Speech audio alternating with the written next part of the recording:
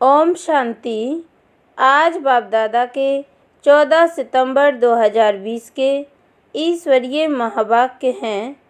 मीठे बच्चे, तुम अभी सच्ची सच्ची पाठशाला में बैठे हो। यह सत्संग भी है। यहाँ तुम्हें सत बाप का संग मिला है जो पार लगा देता है। प्रश्न: हिसाब किताब के खेल में मनुष्यों की समझ और तुम्हारी समझ में कौन सा अंतर है?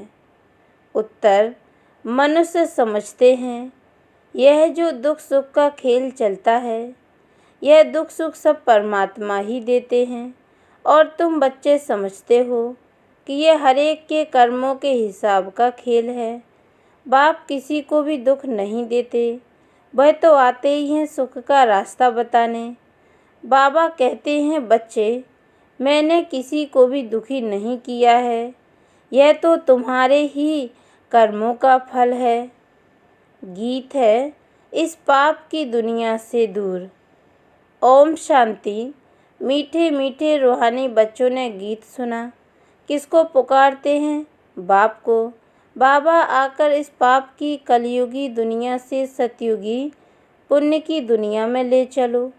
अभी जीव आत्माएं सब कलयुगी हैं, उन्हों की बुद्धि ऊपर जाती है। बाप कहते हैं, मैं जो हूँ, जैसा हूँ, ऐसा कोई नहीं जानते हैं। ऋषि मुनि आदि भी कहते हैं, हम रचयिता, मालिक अर्थात बेहद के बाप और उनकी बेहद की रचना के आदि मध्य अंत को नहीं जानते हैं। आत्माएं जहाँ रहती हैं वह है ब्रह्म महतत्व, जहाँ सूर्य चाँद नहीं होते हैं, न मूल वतन न सूक्ष्म वतन में। बाकी इस मांडवे में तो बिजलियाँ आदि सब चाहिए ना, तो इस मांडवे को बिजली मिलती है। रात को चाँद है, सितारे, दिन में सूर्य, यह है बत्तियाँ। इन बत्तियों के होते हुए भी अंधियारा कहा जाता है। रात को तो फिर भी बत्ती जलानी पड़ती है। सतयुग त्रेता को कहा जाता है दिन, और भक्ति मार्ग को कहा जाता है रात। यह भी समझ की बात है। नई दुनिया सो फिर पुरानी जरूर बनेगी, फिर नई होगी, तो पुरानी का जरूर है विनाश होगा। यह है बेहद की दुनिया। मकान भी कोई बहुत बड़े बड़े होते हैं राजाओं आदि के। यह है बेहद का घर, मांडवा अथवा स्टेज। इनको कर्म क्षेत्र भी कहा जाता है। कर्म तो जरूर करना होता है। सब मनुष्यों के लिए यह कर्म क्षेत्र है। सबको कर्म करना ही है, पाठ बजाना ही है। पाठ हर एक आत्मा को पहले से मिला हुआ है। तुम्हारे में भी कोई है जो इन बातों को अच्छी रीति से समझ सकते हैं। वास्तव में यह गीता पाठशाला है। पाठशाला में कभी बूढ़े आदि पढ़ते हैं क्या? यहाँ तो बूढ़े जवान आदि सब पढ़ते हैं। वेदों की पाठशाला नहीं कहेंगे, वहाँ कोई भी एम ऑब्जेक्ट होती नहीं है। हम इतने वेद शास्त्र आदि पढ़ते हैं, इनसे क्या बनेंगे वह जानते नहीं। कोई भी जो सत्संग है, एम ऑब्जेक्ट कुछ नहीं है। अब तो उनको सत्संग कहने से लज्जा आती है। सत तो एक बाप ही है, जिसके लिए कहा जाता है संग तारे कुसंग बोरे। कुसंग कलयुगी मनुष्यों को, सत का संग तो एक ही है। अभी तुमको वंडर लगता है सारी सृष्टि की आदि मध्य अंत का ज्ञान कैसे बाप देते हैं। तुमको तो खुशी होनी चाहिए। तुम सच्ची सच्ची पाठशाला में बैठे हो। बाकी सब झूठी पाठशालाएं। उन सत्संगों आदि से कुछ भी बनकर निकलते नहीं। स्कूल कॉलेज आदि से फिर भी कुछ बनकर निकलते हैं, क्योंकि पढ़ते हैं। बाकी कहाँ भी पढ़ाई नहीं है। सत्संग को पढ़ाई नहीं कहेंगे। शास्त्र आदि तो पढ़कर फिर दुकान खोल बैठते हैं, पैसा कमाते हैं। ग्रंथ थोड़ा सीखकर गुरुद्वारा खोल बैठ जाते हैं। गुरुद्वारे भी कितने खोलते हैं। गुरु का द्वार अर्थात घर कहेंगे ना, फाटक खुलता है, वहाँ जाकर शास्त्र आदि पढ़ते हैं। तुम्हारा गुरुद्वारा है, मुक्ति और जीवन मुक्ति धाम। सतगुरु द्वार। सतगुरु का नाम क्या है? अकाल मूर्त। सतगुरु को अकाल मूर्त कहते हैं। वह आकर मुक्ति जीवन मुक्ति का द्वार खोलते हैं। अकाल मूर्त है ना, जिसको काल भी खा नहीं सकता। आत्मा है ही बिंदी, उनको काल कैसे खाएगा? वह आत्मा तो शरीर छोड़कर भाग जाती है। मनुष्य समझते थोड़ी हैं कि एक पुराना शरीर छोड़ फिर जाए दूसरा लेगी। फिर इसमें रोने की क्या दरकार है? यह तुम जानते हो, ड्रामा अनादि बना हुआ है। हर एक को पाठ बजाना ही है। बाप ने समझाया है, सतयुग में है नष्टो मोहा। मोह जीत की भी कहानी है ना, पंडित लोग सुनाते हैं। माताएं भी सुन सुनकर फिर ग्रंथ रख बैठ जाती हैं सुनाने के लिए। बहुत मनुष्य जाकर सुनते हैं, उनको कहा जाता है कन्नरस। ड्रामा प्लान अनुसार मनुष्य तो कहेंगे हमारा दोष क्या है। बाप कहते हैं, हाँ तुम हमको बुलाते हो कि दुख की दुनिया से ले जाओ। अब मैं आया हूँ तो मेरा सुनना चाहिए ना। बाप बच्चों को बैठ समझाते हैं, अच्छी मत मिलती है तो वह लेनी चाहिए ना। तुम्हारा भी कोई दोष नहीं है, यह भी ड्रामा था। राम राज्य रावण राज्य का खेल बना हुआ है। खेल में कोई हार जाते हैं तो उनका दोष थोड़ी है, जीत और हार होती है, इसमें लड़ाई की बात नहीं। तुमको बादशाही थी, यह भी आगे तुमको मालूम नहीं था। अभी तुम समझते हो जो सर्विसेबल हैं, जिसका नाम वाला है। दिल्ली में सबसे नामी ग्रामी समझाने वाला कौन है? तो झट नाम लेंगे जगदीश का। तुम्हारे लिए मैगजीन भी निकालते हैं, उसमें सब कुछ आ जाता है। अनेक प्रकार की पॉइंट्स लिखते हैं, ब्रजमोहन भी लिखते हैं। लिखना कोई मासी का घर थोड़ी है। जरूर विचार सागर मंथन करते हैं, अच्छी सर्विस करते हैं। कितने लोग पढ़कर खुश होते हैं, बच्चों को भी रिफ्रेशमेंट मिलती है। कोई कोई प्रदर्शनी में बहुत माथा मारते हैं, कोई कोई कर्म बंधन में फंसे हुए हैं, इसलिए इतना उठा नहीं सकते। यह भी कहेंगे ड्रामा। अबलाओं पर भी अत्याचार होने का ड्रामा में पाठ है। ऐसा पाठ क्यों बजाया, यह प्रश्न ही नहीं उठता। यह तो अनादि बना बनाया ड्रामा है, उनको कुछ कर थोड़ी सकते हैं। कोई कहते हमने गुनाह क्या किया जो ऐसा पाठ रखा है। अब गुनाह की तो बात नहीं, यह तो पाठ है। अबलाएं कोई तो निमित्त बनेंगी जिन पर सितम होंगे। ऐसे तो फिर सब कहेंगे हमको यह पाठ क्यों नहीं। यह बना बनाया ड्रामा है। पुरुषों पर भी अत्याचार होते हैं। इन बातों में सहनशीलता कितनी रखनी पड़ती है, बहुत सहनशीलता चाहिए। माया के विघ्न तो बहुत पड़ेंगे। विश्व की बादशाही लेते हो तो कुछ मेहनत करनी पड़े। ड्रामा में आपदाएं खिटपिट आदि कितनी हैं। अबलाओं पर अत्याचार लिखा हुआ है, रक्त की नदियाँ भी बहेंगी, कहाँ भी सेफ्टी नहीं रहेगी।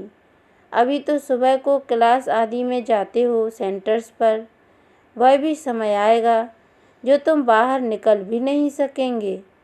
दिन प्रतिदिन ज़माना बिगड़ता जाता है और बिगड़ना है। दुख के दिन बहुत ज़ोर से आएंगे। बीमारी आदि में दुख होता है तो फिर भगवान को याद करते पुकारते हैं। अभी तुमको मालूम है, बाकी थोड़े दिन हैं, फिर हम अपने शांति धाम सुखधाम जरूर जाएंगे। दुनिया को तो यह भी पता नहीं है। अभी तुम बच्चे फील करते हो ना, अभी बाप को पूरी रीति जान गए हैं। वह सब तो समझते हैं परमात्मा लिंग है, शिवलिंग की पूजा भी करते हैं। तुम शिव के मंदिर में जाते थे, कभी यह ख्याल किया कि शिवलिंग क्या चीज़ है? जरूर यह जड़ है तो चैतन्य भी होगा। यह तब क्या है?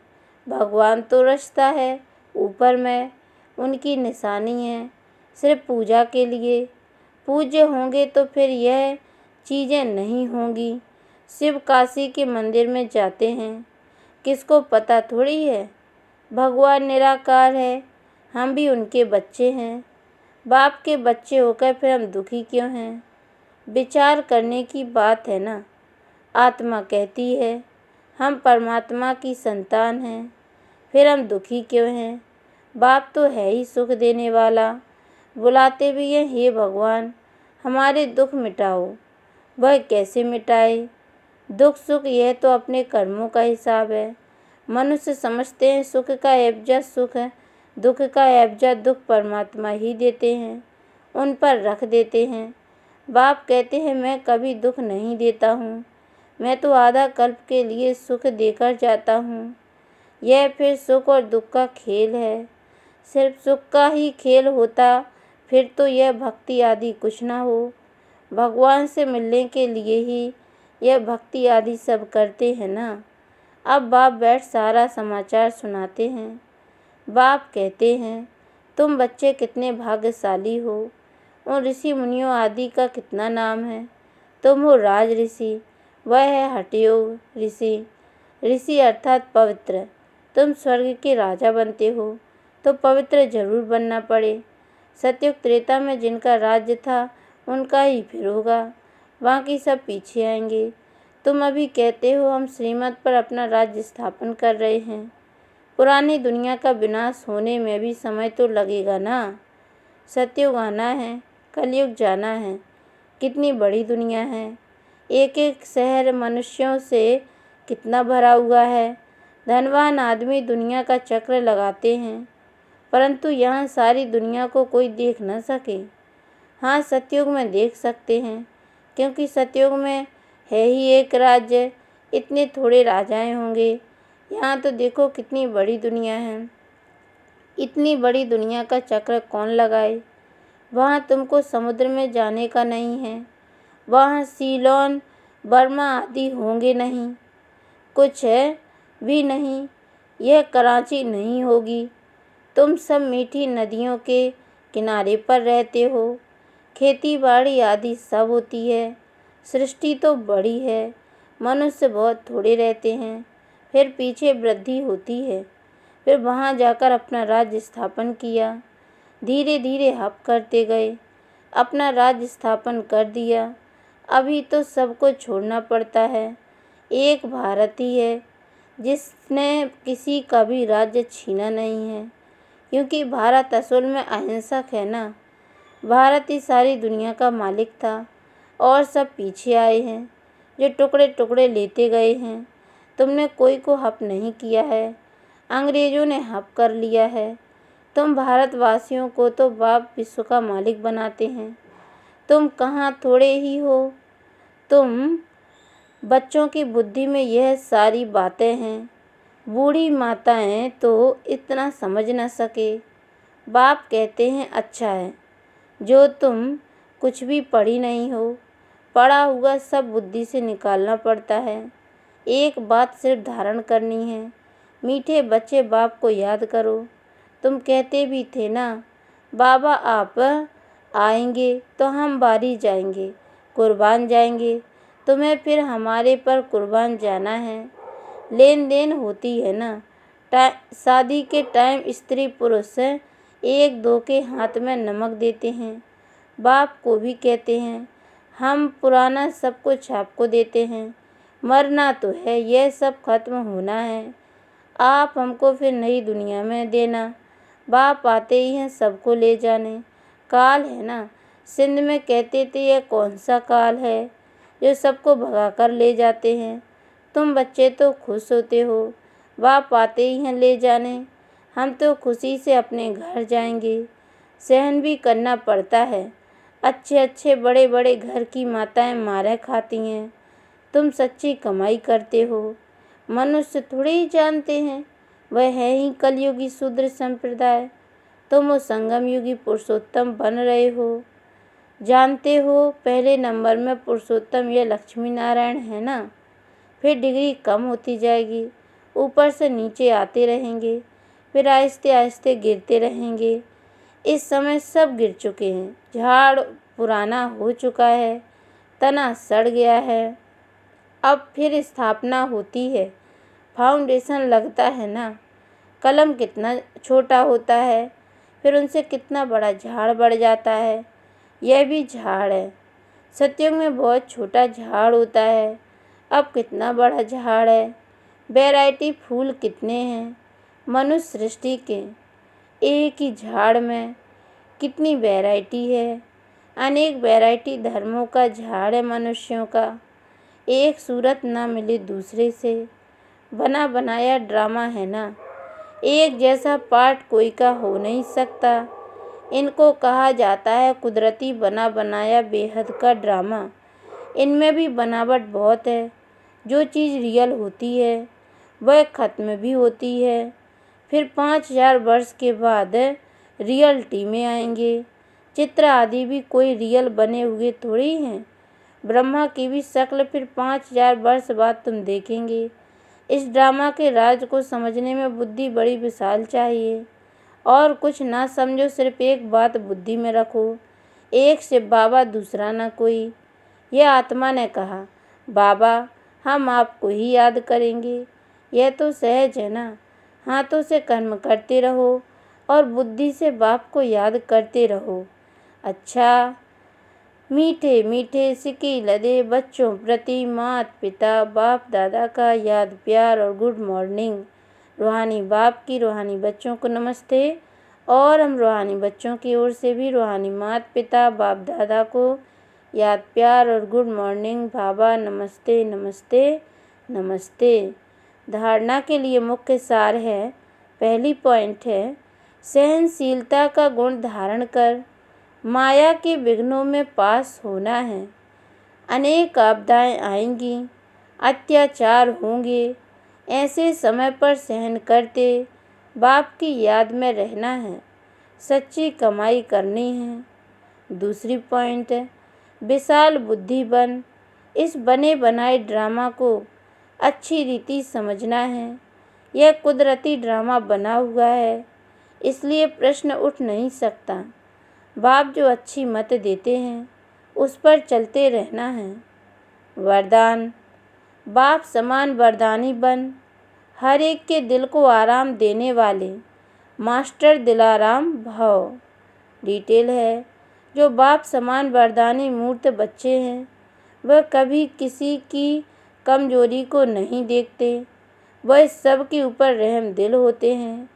जैसे बाप किसी की कमजोरियाँ दिल पर नहीं रखते, ऐसे वरदानी बच्चे भी किसी की कमजोरी दिल में धारण नहीं करते। वे हर एक की दिल को आराम देने वाले मास्टर दिलाराम होते हैं। इसलिए साथी हो या प्रजा, सभी उनका गुणगान करते हैं। सभी के अंदर से यही आशीर्वाद निकलती है कि यह हमारे सदा स्नेही सहयोगी हैं। स्लोगन है, संगम युग पर श्रेष्ठ आत्मा वह है जो सदा बेफिक्र बादशाह है। अच्छा, ओम शांति।